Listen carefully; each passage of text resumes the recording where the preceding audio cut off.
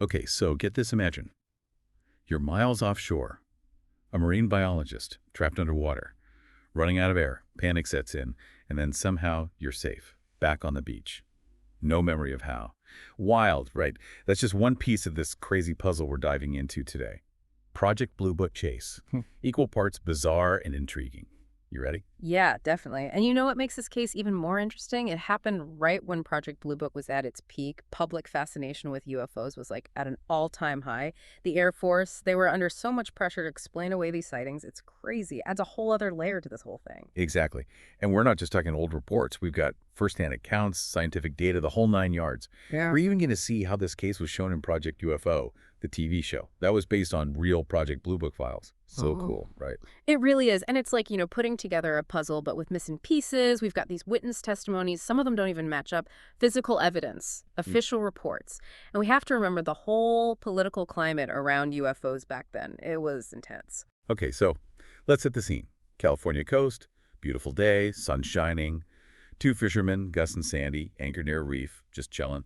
And then, bam, huge impact, rocks the boat. They find a huge chunk of the hull ripped open like something slammed right into them. And then they see a giant glowing thing going underwater. So naturally, they think UFO, right? And to be fair, the damage to the boat totally lines up with like a deliberate attack. You need some serious force to rip open a hull like that, way more than just bumping into something. Whoa. And it gets crazier. Around the same time, there's a marine biologist, Eve, diving near the same reef, doing research. She knows these waters, she's experienced, and then she sees this weird thing underwater with these beams of light. And then she's trapped. Imagine that, being Yeah. Eve, trapped underwater, air running out, and you just saw something unexplainable. Total panic, right. And on top of that, she's dealing with oxygen toxicity. It's a whole other thing to worry about. Oxygen toxicity, what's that? Like, what does it do to you underwater? So basically, if you breathe pure oxygen too deep, it can mess you up. Convulsions, hallucinations, you can even pass out. It's super dangerous for divers. It makes Eve's story even more complicated. Was what she saw real, or was it from the oxygen? Who knows? Right. So we have two events happening at basically the same time, a boat that looks like it was attacked by something underwater and a diver who saw something strange. And that's when Project Blue Book steps in. They send Captain Ryan, who is super skeptical, to figure out what really happened. From the get-go, there's this clash between what people believe and the skeptics. The fishermen are positive it was a UFO, while Captain Ryan, he's all about finding a normal, everyday explanation. Classic Project Blue Book. So they went all out with the investigation. Absolutely. Interviewed the fishermen and Eve, looking for any little thing that didn't add up, like they were lying or making things up. They even analyzed the damage to the boat, underwater sound recordings from Eve's Institute, even pieces of stuff from the boat's hull. They were thorough. Project Blue Book, they took some investigations really seriously, and this was one of them. So what were some of the first things they thought it could be?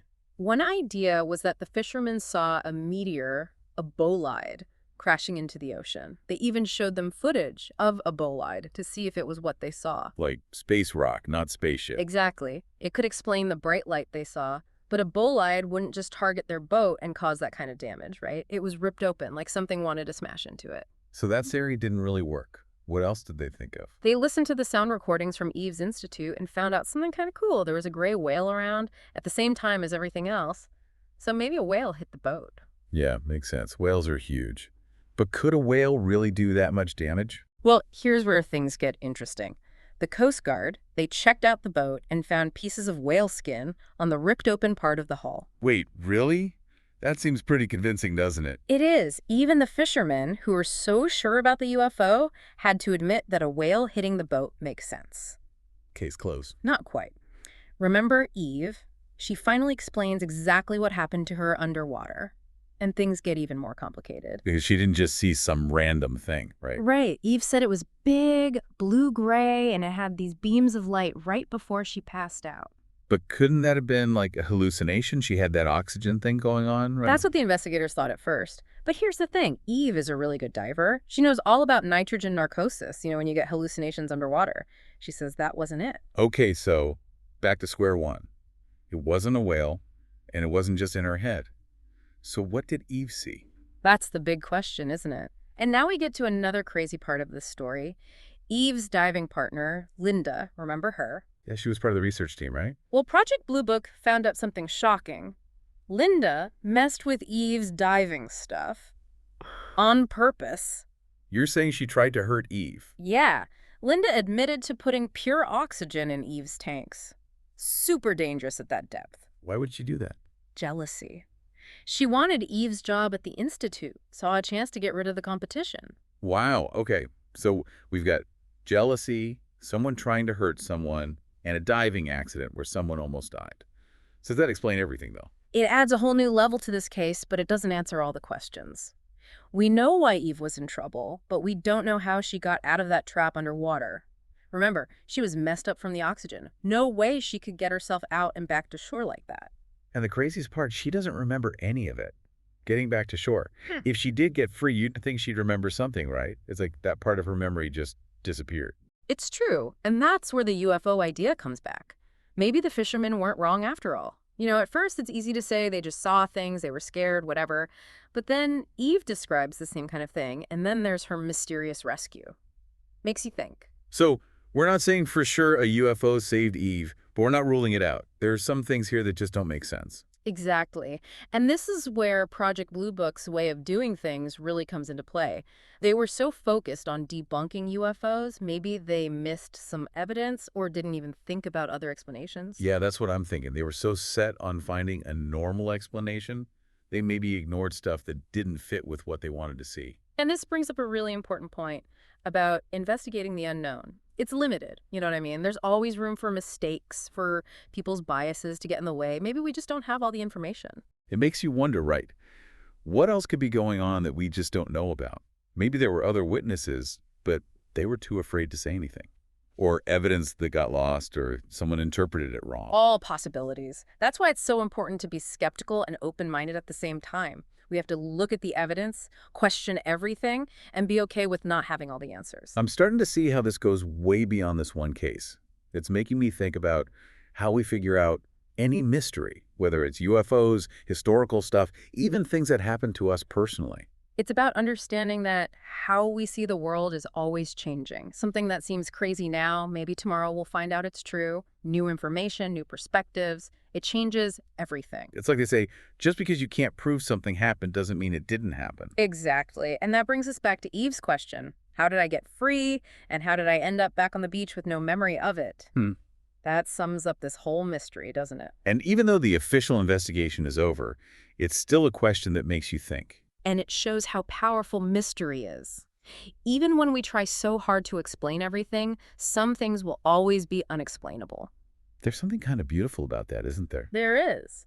It reminds us that the universe is huge and complicated, full of things we don't understand. Maybe when we're faced with the unknown, the best thing we can do is stay curious, keep asking questions, and be open to the fact that there might be more going on than we realize. So where do we stand now? We have evidence that points to a whale hitting the boat, we have someone admitting to sabotage, and then we have all these things about Eve's rescue that don't make sense. It's a puzzle with pieces that seem to fit and not fit at the same time. You know, the most important thing we've learned from all of this might not be a clear answer. Maybe it's understanding how hard it is to investigate things we don't know about, especially when we're talking about the unknown. Yeah. It's a reminder that finding the truth can be a long and complicated process, with unexpected twists and turns. And sometimes the most important thing isn't getting all the answers, but it's being okay with the mystery and just keep looking. This is like straight out of a thriller or something. A diving accident, sabotage, and maybe even a UFO. It's crazy how it's all mixed up in one weird event. And that's exactly what makes this deep dive so interesting, you know? We have to think about the events themselves, but also how do our own biases affect how we see those events? Right. Like we're looking at the same stuff, but we're seeing totally different things. Exactly. The fishermen saw something they couldn't explain, so they jumped to UFOs. Makes sense. But Captain Ryan, Mr. Project Blue Book, he had to find a normal scientific explanation. And then there's Linda, all caught up in wanting to get ahead and take out her competition. And each of their perspectives adds something new to the story. But it also shows how hard it is to know what's really true. So how do we make sense of Linda's confession with everything we still don't know about what happened to Eve? Well, we have to look closer at the evidence. Linda's actions tell us why Eve was in danger, but they don't explain how she got out of that trap underwater.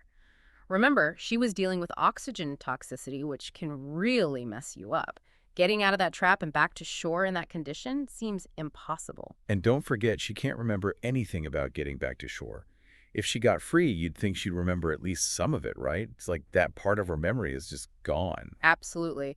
And that's where the UFO idea pops up again. Maybe the fishermen weren't so crazy after all. It's easy to dismiss them at first, right? Maybe they just saw things wrong, they were scared. But then Eve describes the same kind of thing, and then there's the whole thing about how she was rescued. It makes you wonder, right? Okay, so we're not saying it was definitely a UFO that saved her, but we're not ruling it out either. Some things just don't add up. Exactly. And this is where Project Blue Book's approach gets interesting. They were so focused on debunking UFOs, maybe they missed some important stuff or didn't even try to find different explanations. Yeah, I see what you mean. Like, they were so busy trying to find a normal explanation that they might have ignored things that didn't fit their theory. And that brings us to a really important point about investigating the unknown. There are always limits, right? Mistakes happen, people's biases get in the way, and sometimes we just don't have all the pieces of the puzzle. It makes you think, what else could be going on that we don't know about? Were there other people who saw something but didn't say anything because they were scared? Maybe some evidence got lost or someone interpreted it the wrong way. It's all possible. That's why it's so important to be skeptical, but also open-minded. We need to look at the evidence, question everything, and be okay with not knowing all the answers. I'm realizing this is about way more than just this one case.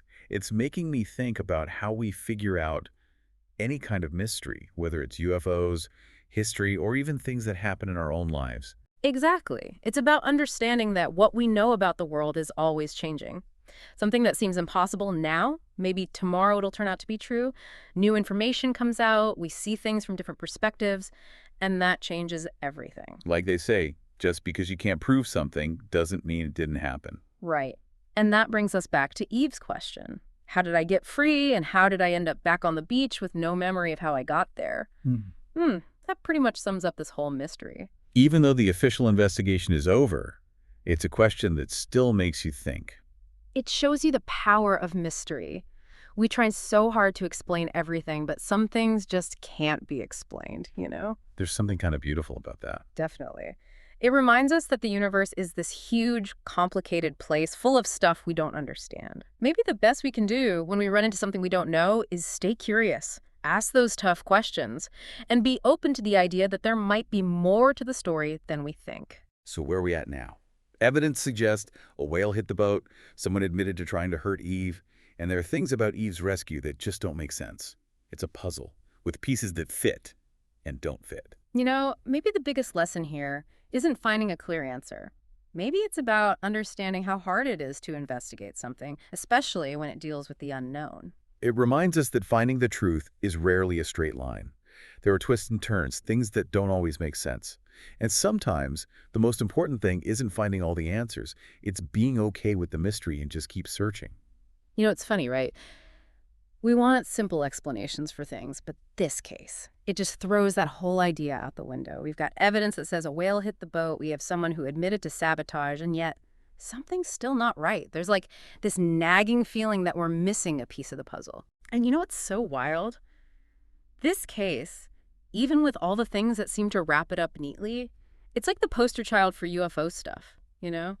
It reminds us that even though science is explaining more and more these days, there are still these pockets of true mystery out there, things that make us question what we think is real. It's true. We're so used to finding answers, putting things in boxes. But this case, it forces us to face the fact that there are limits to what we know, that there might be stuff out there we just don't get. Think about Eve, right? She's a marine biologist. Observing, analyzing, figuring out what's real and what's not, that's what she does. And yet, her biggest experience, the thing that probably changed how she sees the world more than anything else, it's still a mystery. And that makes you wonder, doesn't it? How many other people have had these weird experiences, things they can't explain, but they can't really talk about because people might think they're crazy. It really makes you think. It reminds us that everyone experiences things differently, and that how we see reality depends on so many things. What we know, what we believe, our fears, our hopes, everything. So, stepping back from this specific case, what can we, regular people, learn from all of this? How can we be curious about the world but still use our heads? I think the key is to balance critical thinking with being open-minded. We should question what we think we know, Be willing to see things from different angles and stay curious even when things are uncertain. It's that balance. Right. Skepticism and wonder, that's what pushes us to explore, discover new things, push the boundaries of what we know as humans. Exactly. And maybe, just maybe, if we're open to the unknown, to the idea that there might be more to the universe than we realize right now, that's what will lead to those big discoveries, the ones that change how we see everything, that change our place in the universe. That's a pretty awesome thought to wrap things up with. I know I'm leaving this deep dive with a fresh sense of wonder, wanting to keep asking those hard questions. As we close our look at this underwater incident, there's one last thing to think about. What if something truly extraordinary did happen? Something beyond what science can explain right now? What would that mean for how we understand ourselves, our planet, the whole vast universe? The question that sticks with you, a seed of possibility. And who knows? Maybe someday new information will come to light or we'll see things differently, and the mystery of this underwater incident will be solved. Until then, it's a powerful reminder that some things remain unexplained.